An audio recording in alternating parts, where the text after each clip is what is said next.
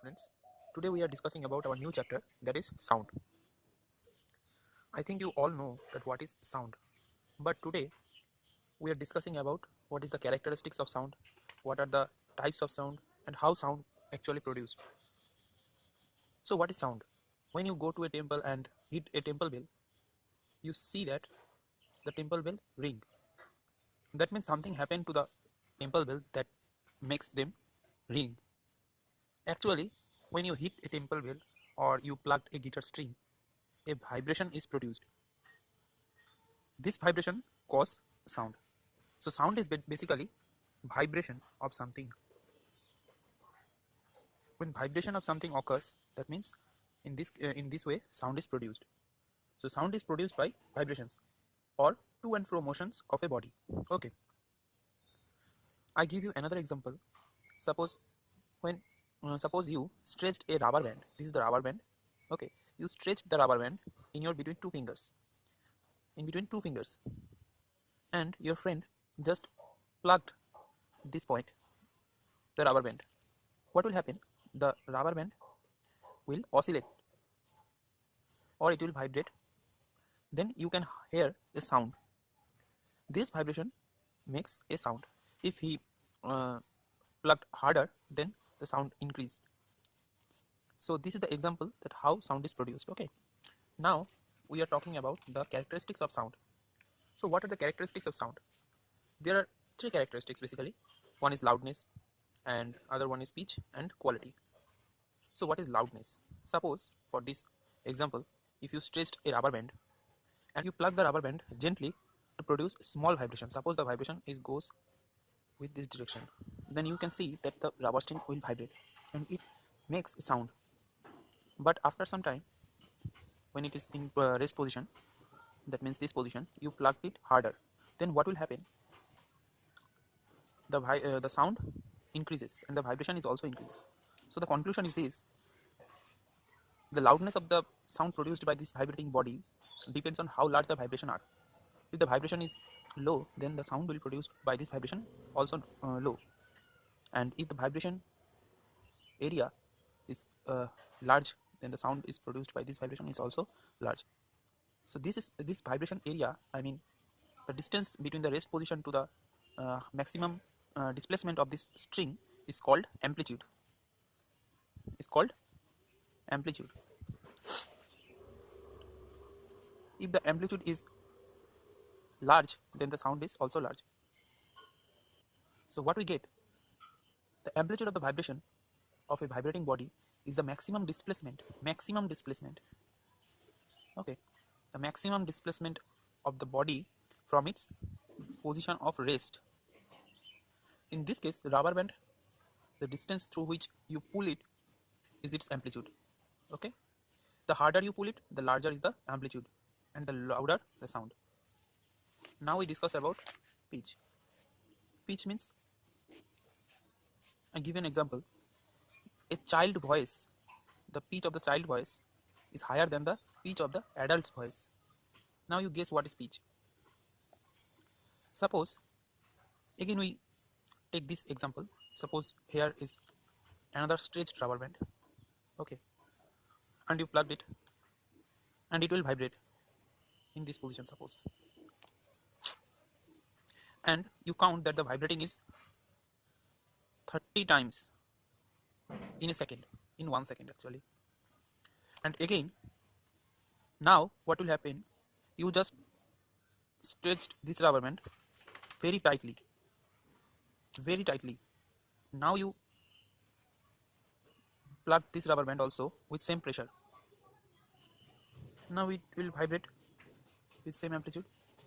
But in this case, what will happen? The sound increases. I mean, the sound is shriller than this sound. What will happen there? This rubber band increase the time in 1 second.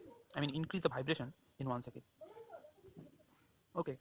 In this case, the rubber band vibrating 30 times in a second, but in this case, the rubber band vibrating 50 times in a second. This is called basically frequency. Frequency.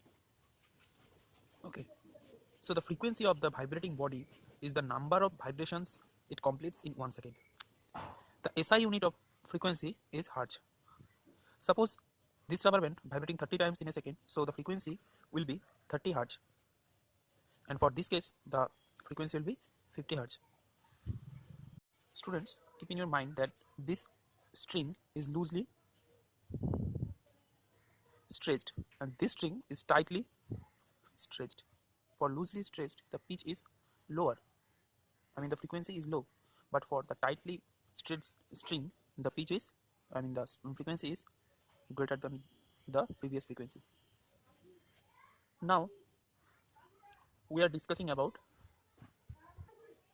in the musical instrument, you have been definitely saw that you have been definitely see that in guitar, violin, veena, they have many strings.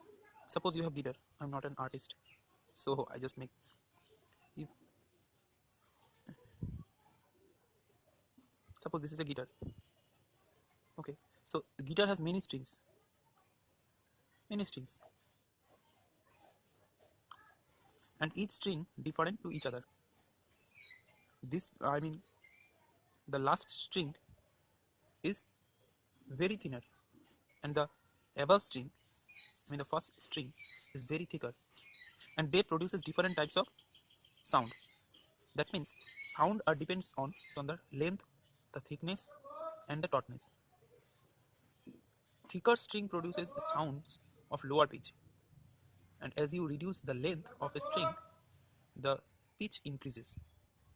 That means if you increase this length, the pitch decreases. Pitch decreases means frequency decreases. And if you reduce length, suppose this is the length, then the frequency will increases.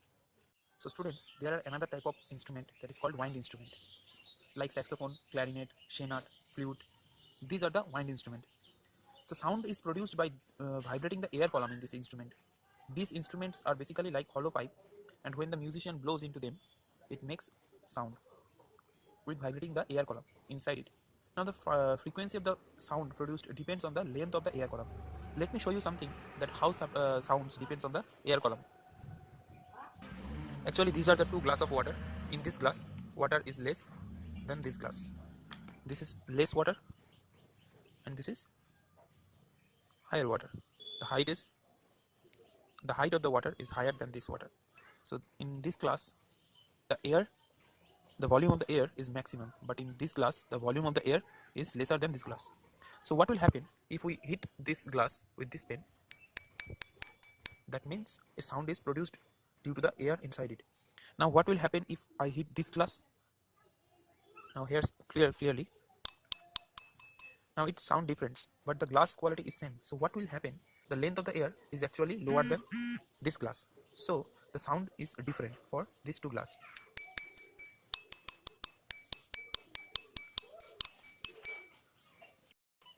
Now you clearly understand that the sound depends on the length of the air column.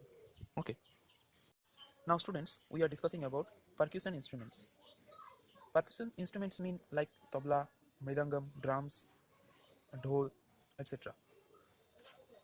So they have a thin membrane. These are the membrane made by some skin of some animal or some plastic. This membrane is placed over a cylindrical shape of hollow body which is made by wood, clay or metal. When we hit the membrane, this membrane, it will vibrate because it is very thin. As because of vibration, it produces sound. If you hit this membrane harder, then it will produce a big amount of sound. And if you hit this membrane gently, then the amount of sound produced by it is very low. By hitting it with different types of pressure, we can create different types of sound. If we press this harder, then the sound is larger, and if we press this gently, then the sound will low. Now friends, we're discussing about the quality of sound. Even if a sitar and a sarod produce a sound of the same frequency and amplitude, you will be able to tell them apart. because the quality of the sound will different. Actually, when a body vibrates, it never produces sound of just one frequency. Now, when you play a particular note on a guitar, for example, the instrument does not produces one note of a particular time. Say the basic note produced by a guitar is of frequency F. Okay. Now it also produces sound of frequency which is multipliers of this frequency. That means 2F, 3F, and so on. The basic sound produced by the produced is the loudest. The basic sound F produced is the loudest, and it is called fundamental.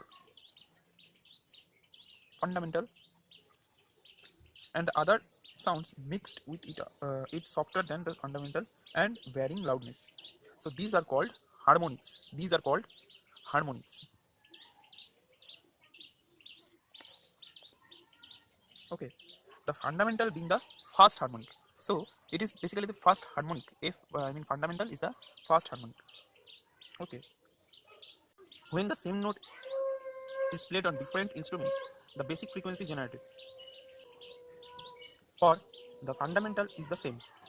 However, the harmonic presence and their relative loudness are different. This is what determines the quality of sound. Generally, a sound is richer if the greater number of harmonics are present. So that's it for today.